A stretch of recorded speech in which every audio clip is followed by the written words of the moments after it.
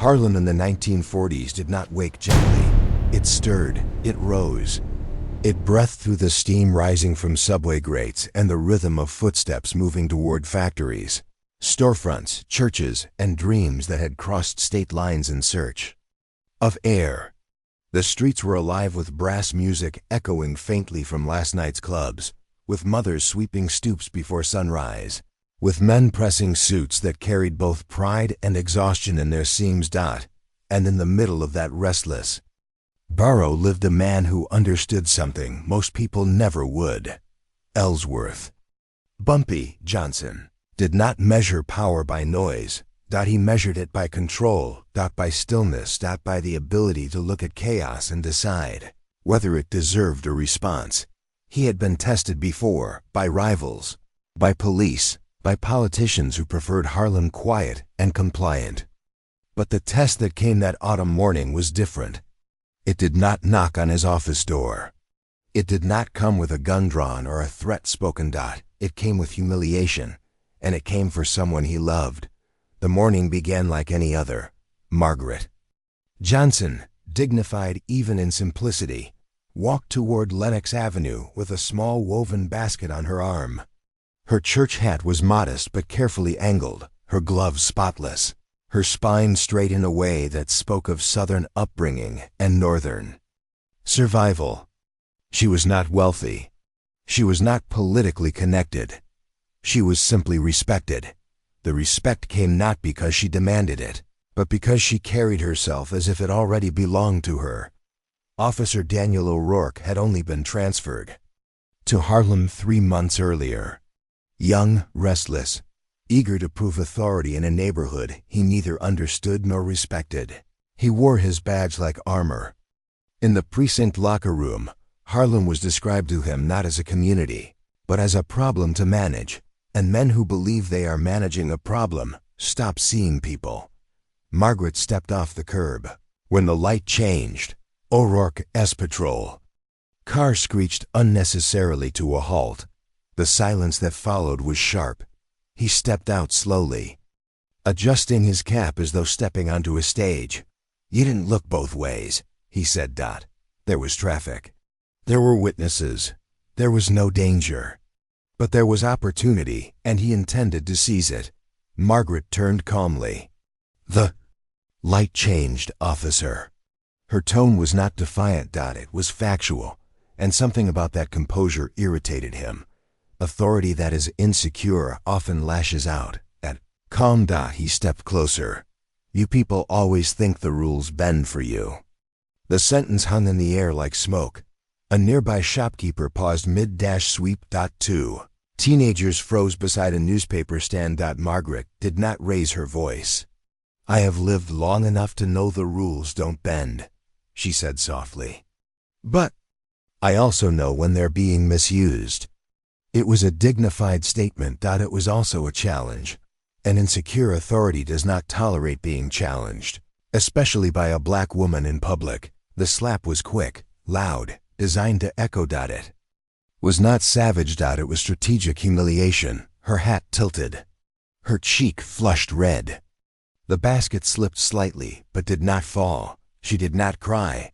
She did not shout. She slowly adjusted her hat back into place, and she looked at him. Not with hatred, not with fear, with disappointment.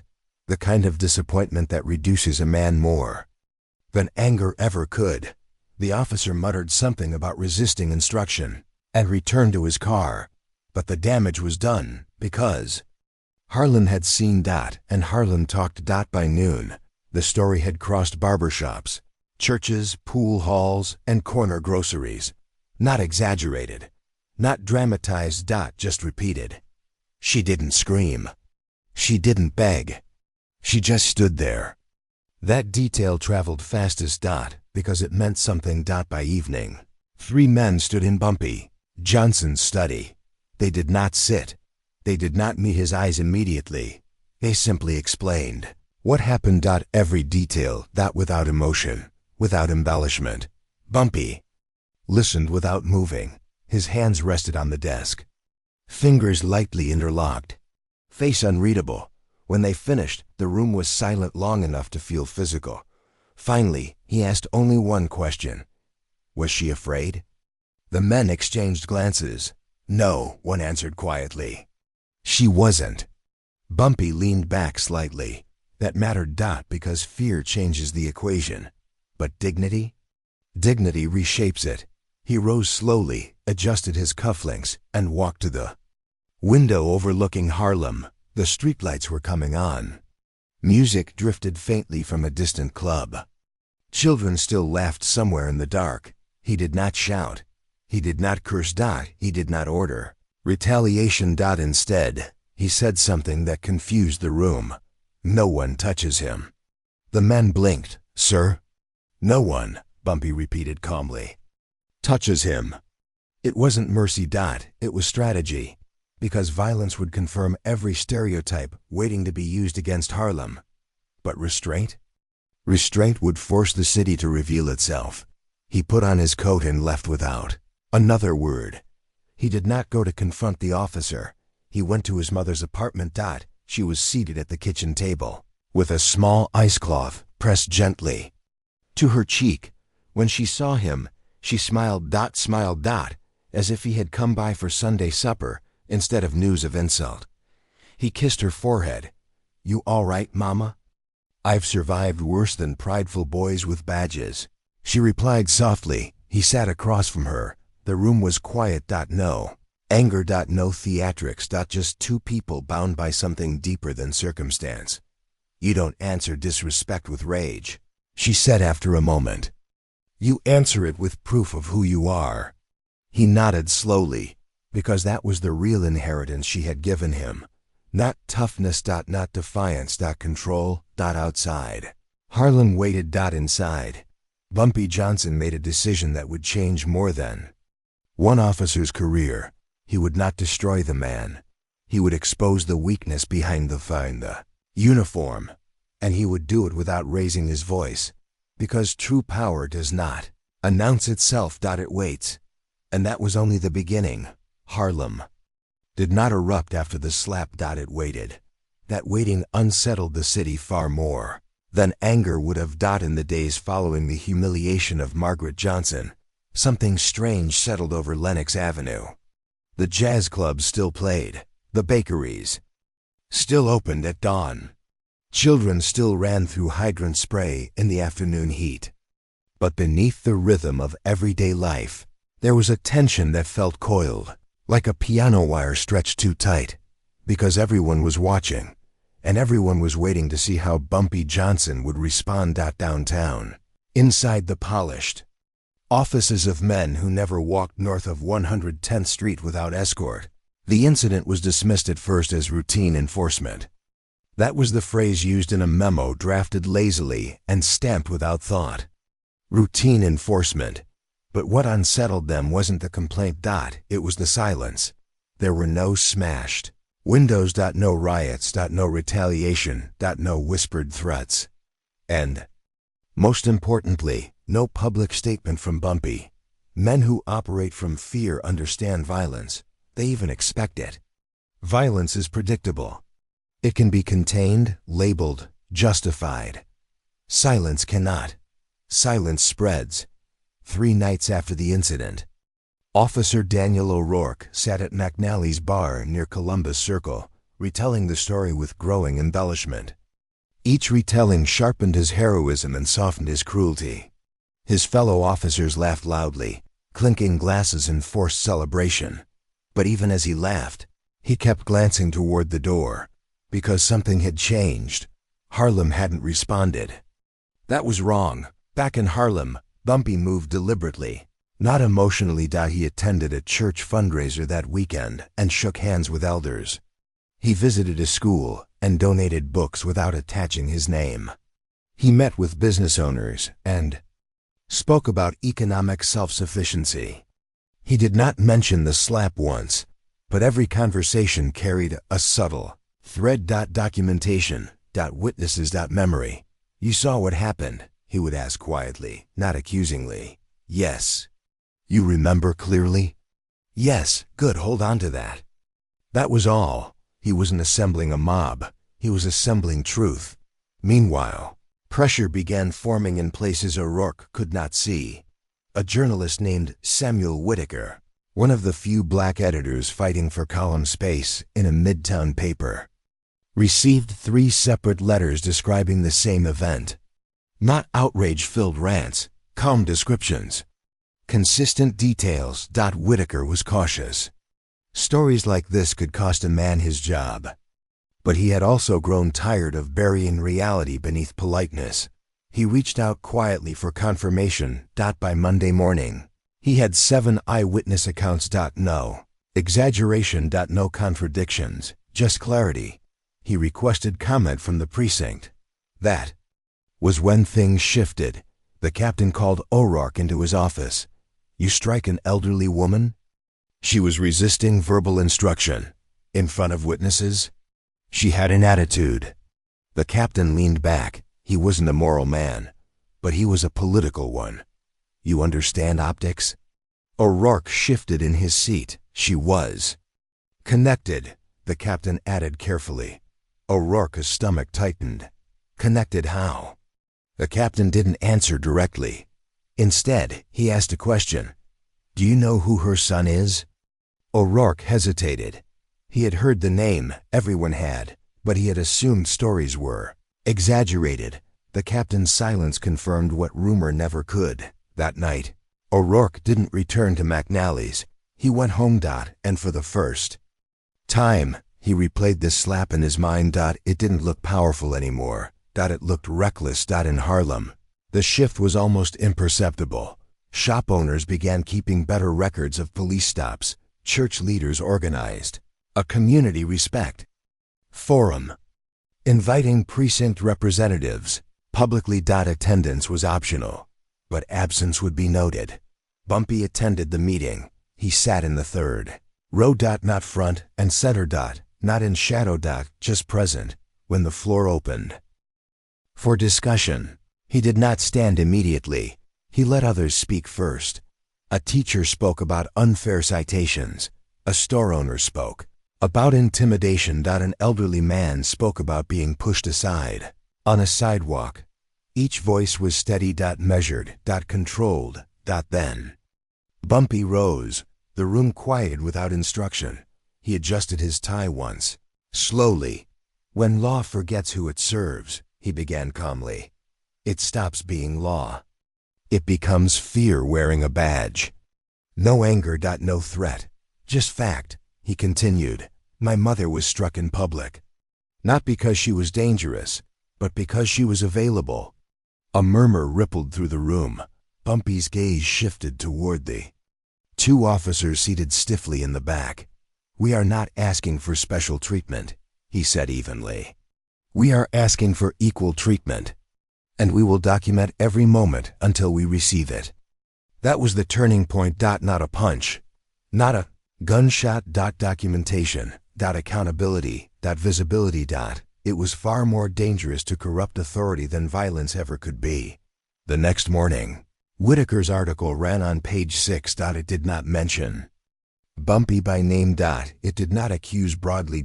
It simply described the event, quoted witnesses, and ended with one devastating line: "No city remains strong when its mothers are treated as threats." The piece spread quickly. Civil rights groups uptown took notice. An internal review was announced, not because the department had suddenly grown moral, but because it feared scrutiny. O'Rourke began unraveling. Colleagues avoided sitting near him. Supervisor hinted at suspension pending review. The same men who had laughed in the bar now kept their distance. He began to feel watched. Not hunted. Observed, which was worse. On the 3rd night after the article, he stood in front of his bathroom mirror staring at his reflection. He tried to rehearse justification. She had attitude. She resisted. It was standard enforcement. But none of it sounded convincing anymore, because the image he couldn't escape was not of resistance. It was of her adjusting her hat calmly after the slap. That composure haunted him. It made him look small, and for a man who had built his identity on dominance, smallness was unbearable. Meanwhile, Harlem did something unexpected. It prayed for him. At Sunday service, the pastor included a line in his sermon: "May those who misuse power learn the weight of their actions before it crushes them." No cheers. No applause. Just silence. Powerful silence. The internal review concluded quietly. "Oh." Rourke was placed on administrative leave pending psychological evaluation and misconduct review. No parade. No celebration. Just a notice posted on a bulletin board. When the news reached Harlem, there was no shouting in the streets. There was something far heavier. Relief. Not because a man had fallen, but because dignity had stood. That evening, Bumpy visited his mother again. She poured tea. Her cheek had long since healed. "They're reviewing him," he said softly. She stirred her cup gently. "Did you hurt him?" she asked. "No, ma'am." She looked at him carefully. "You're sure?" "I let him face himself." She nodded. Because that was the real consequence. Exposure. Later that night, as Harlem's lights dimmed and jazz drifted into the sky, Bumpy stood by his window overlooking the avenue. Dutch Schultz's name surfaced in conversation downtown that weak men speculating whether this restraint was strategy or transformation. They did not understand. This was neither surrender nor softness. This was evolution. Power without cruelty. Strength without chaos. The city had pushed back, but it had revealed something in the process. Harlem was no longer reacting. It was organizing. And when a community learns to respond with discipline instead of fury, the balance of power shifts permanently. The slap had been loud. But the silence afterward, that was deafening. And this was only the middle of the story. Harlem had learned something in the weeks after the slap. It learned that discipline unsettles power more than rage ever could.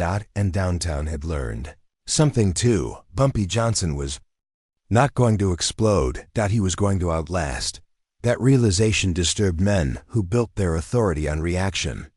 Because reaction is controllable. It justifies force. It invites crackdown. It gives headlines something sharp and dramatic to chew on. But what do you do with a man who refuses to react? You attempt to provoke him. City Hall didn't call it that, of course.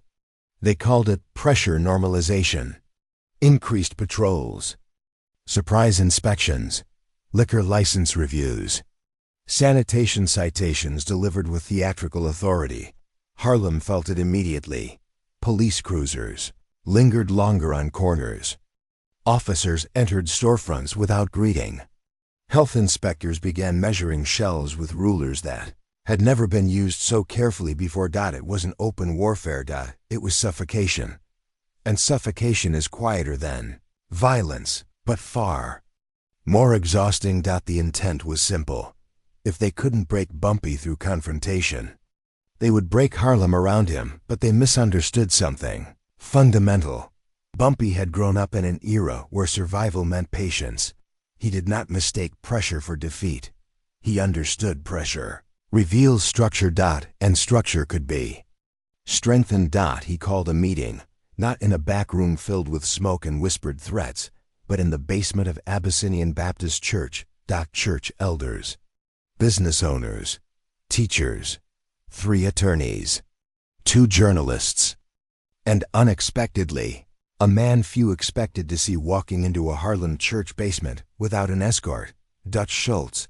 Years earlier, the idea would have been absurd. Their names had once carried rivalry like sharpened steel. But time reshapes enemies into something else, sometimes into cautionary mirrors. Dutch had aged. The arrogance that once defined him had dulled into calculation. He understood something the city didn't. Bumpy's restraint wasn't weakness.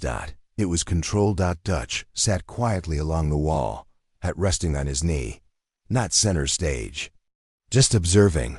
Bumpy stood near a folding table under flickering fluorescent light. No theatrics. No raised voice.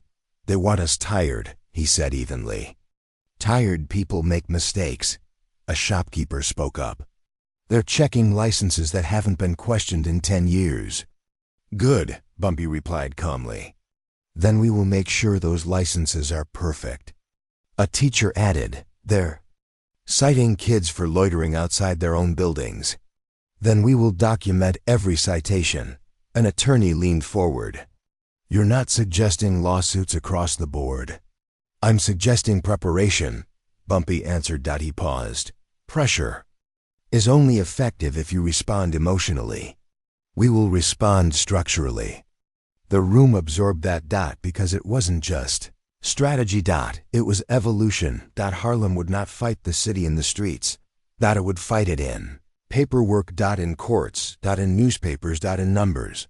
That kind of resistance is slow, but it leaves scars in the right places. Meanwhile, Officer O'Rourke's suspension had not resolved his unraveling. Administrative leave had stripped him of visibility. He walked through neighborhoods without uniform now, and something felt different. Eyes did not glare at him. They measured him the way he once measured others. Isolation can distort a man. It can amplify guilt into paranoia. It can turn whispers into imagined conspiracies. He began to believe Bumpy was watching him, following him. Planning something. But Bumpy had never once mentioned his name publicly again. That absence was louder than threat. Downtown, a private conversation unfolded inside a high-ceilinged office overlooking the East River. A deputy mayor, the police commissioner, and two political advisors reviewed the situation. "This isn't escalating," one of them muttered. "That's the problem," the commissioner replied. "It's organizing." The deputy mayor tapped the desk slowly. "We cannot allow a narrative that suggests the department bows to neighborhood pressure." "Then don't frame it as bowing," one advisor suggested. "Frame it as reform." The word hung in the air like forbidden language. Reform. They didn't want reform. They wanted containment.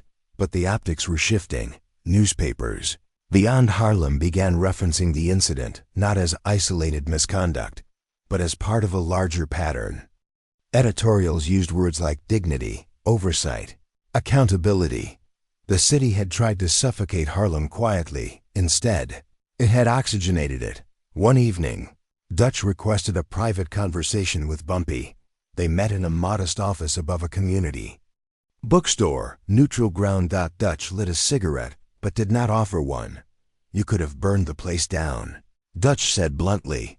"I could have," Bumpy agreed. "And you didn't." "No." Dutch studied him carefully. "Why?" Bumpy adjusted his cufflinks. "A habit when thinking. Because fire spreads without choosing direction. Discipline doesn't."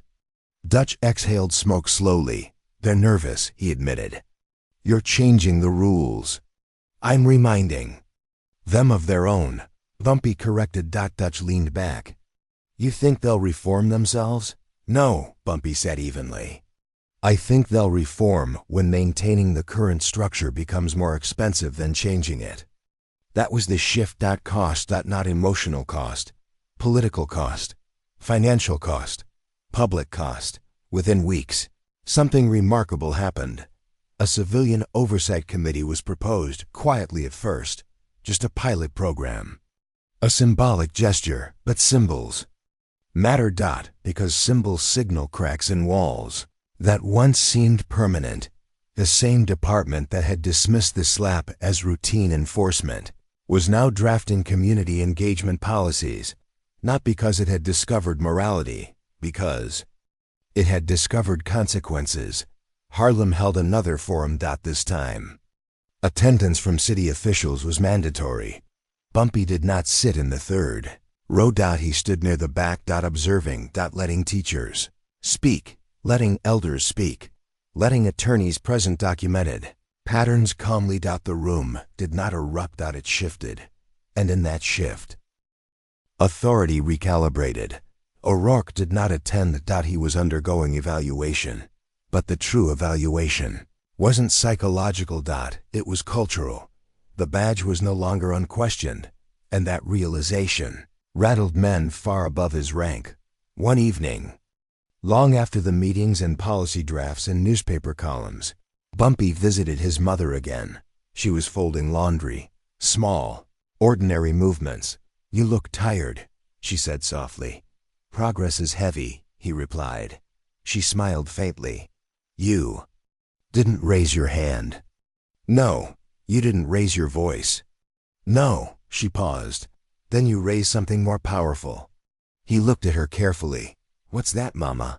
Expectation. He understood. Harlem now expected better, and expectation changes. Behavior faster than fear ever could. Outside, patrol routes adjusted. Officers received new briefings about community sensitivity. Inspectors suddenly became more measured in tone. That it wasn't perfect, that it wasn't miraculous, but it was movement. And movement born from discipline lasts longer than movement born from rage. The slap had been meant to humiliate a woman. Instead, it had restructured a system. Not overnight, not dramatically, but permanently. Because Bumpy Johnson had done something more dangerous than retaliate. He had taught Harlem how to respond. And when a community learns to respond strategically rather than emotionally, power changes hands without a single shot fired. The city had pushed. Harlem had endured. And now the ground beneath both of them was different. Winter arrived in Harlem quietly that year, laying frost across brownstone steps and turning breath into visible reminders of survival. The city looked calmer on the surface, almost innocent beneath the pale gray sky. But beneath that stillness, something irreversible had taken place. The slap had faded from newspapers, but it had not faded from memory. And memory, when shaped by discipline instead of anger, becomes foundation. Officer Daniel O'Rourke did not return to active duty. The official statement cited conduct inconsistent with departmental standards. It was phrased carefully, surgically. There was no dramatic firing, no headline declaring disgrace. Just an administrative separation that quietly removed him from the streets he once walked with theatrical authority. He left New York within the month. No parade marked his exit. No one followed him. And that absence, that lack of spectacle, was intentional, because this story had never been about destroying a man. It had been about redefining power. But the real suspense did not lie in O'Rourke's departure. It lay in what the city would do next. Power structures do not surrender easily. They adapt. They disguise. They test again. And Harlem knew that. One February evening, a private meeting took place in a downtown office, lined with dark wood and guarded by quiet men in tailored coats. The deputy mayor, the police commissioner, and several business magnates sat around a long table. They had monitored the shift in Harlem carefully. Complaints were being documented more thoroughly. Community attendance at forums had doubled. Civil oversight discussions were gaining traction. What worries me, one magnate admitted, is that Johnson didn't posture. The commissioner nodded. He didn't need to. Silence followed, because they understood something unspoken. If a man with influence chooses reform over retaliation and succeeds, he becomes far more difficult to undermine. The deputy mayor leaned forward slowly. Invite him. The room shifted slightly. Invite him to what? To the table. Not as a suspect, not as a problem, but as a stakeholder. It was a calculated move. Some saw it as concession. Others saw it as containment. But for the first time in Harlem's recent history, City Hall considered engagement instead of intimidation. The invitation arrived in a plain envelope. No grand seal. No dramatic language, just a request for conversation regarding community police relations and future cooperation. Bumpy read it once, then twice. He did not smile. He did not celebrate. He placed it gently on his desk. Dutch Schultz happened to be present that evening, seated in the corner chair, watching. Well? Dutch asked. They're nervous, Bumpy replied calmly. You going? Yes. Dutch studied him carefully. You trust them? No. Then why go? Bumpy adjusted his cufflinks. Because refusing the table keeps you outside the room. And real change is negotiated inside. Dutch exhaled slowly. You've changed the rules, he muttered. No, Bumpy said quietly. I've reminded them that rules apply both ways. The meeting downtown was tense from the moment Bumpy entered. The room had been designed to intimidate. High ceilings, polished floors, walls lined with portraits of men who had shaped the city without ever setting foot in Harlem's neighborhoods. Bumpy wore a simple dark suit. No flashy jewelry. No entourage. He sat down and waited. Commissioner began with measured diplomacy. We recognize recent tensions, he said carefully. We'd like to establish stronger community dialogue. Bumpy listened without interruption. When they finished outlining proposals, advisory panels, complaint review systems, training reforms, he spoke. His voice was calm, even. My mother was struck, he began, not because she was a threat, but because she was perceived as unprotected. The room stilled. You're proposing policies, he continued. Policies matter, but culture matters more. The deputy mayor leaned forward. And what would you suggest? Bumpy did not hesitate. Presence. They waited. You want trust, he continued. Walk the neighborhood without looking for crime first. Attend services without scanning for violations. Speak to children before questioning them. Make visibility about relationship instead of authority. The commissioner shifted slightly. That's unconventional. It's necessary, Bumpy replied. There was no hostility in his tone, just certainty. The tension in the room was thick enough to taste. Finally, the deputy mayor nodded slowly. We can pilot community integration units. It wasn't surrender, but it was movement. And movement had been the goal all along. Weeks later, something subtle began happening in Harlem. Officers were assigned foot patrols with community liaisons. They attended church events. They visited schools without issuing warnings. It wasn't perfect. Some officers resisted. Some policies stumbled. But the tone shifted. Children, who once froze at the sight of a cruiser, began watching curiously instead. Shop owners who once braced for inspection began seeing conversation. Change did not roar. It unfolded. One evening, as snow drifted lightly across Lenox Avenue, Bumpy stood beside his mother outside the bakery, where the slap had happened months before. She wore her hat again. Steady. Elegant. The street was calm. An officer approached, not O'Rourke, but a younger man, posture careful, expression respectful. Tipped his cap slightly. Ma'am. No sarcasm. No dominance. Just acknowledgement. Margaret nodded politely. Officer. He continued walking.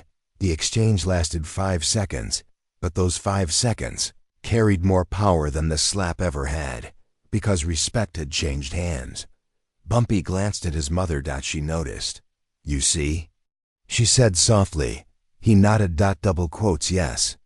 M.A.M. Dignity doesn't shout, she added. It waits. He smiled faintly. That was the real victory. Not suspension, not headlines, not policy. Drafts. Expectation. Harlem now expected respect. And the city had learned that ignoring that expectation carried cost. Later that night, Bumpy stood at his office window once more, looking out over the avenue. The jazz from a nearby club drifted upward, warm against the cold air. Dutch's earlier words echoed faintly in memory. You've changed the rules. No. He hadn't changed them. He had demonstrated them. Power without cruelty. Authority without humiliation. Strength without violence. The slap that had once echoed with insult now echoed with transformation. And the lesson traveled far beyond Harlem. Because somewhere in City Hall, somewhere in precinct briefings, somewhere in quiet policy memos, a realization had settled permanently. If you strike dignity publicly, you must answer for it publicly. But if you meet dignity with respect, you build something stronger than fear. Bumpy turned away from the window and switched off the light. The city hummed softly in the distance, And Harlem, steady, disciplined, dignified, moved forward, not louder but wiser, and that wisdom would outlast every badge, every administration, every generation that mistook silence for weakness, because silence, in the right hands, becomes law, and law, when rooted in dignity, becomes legacy.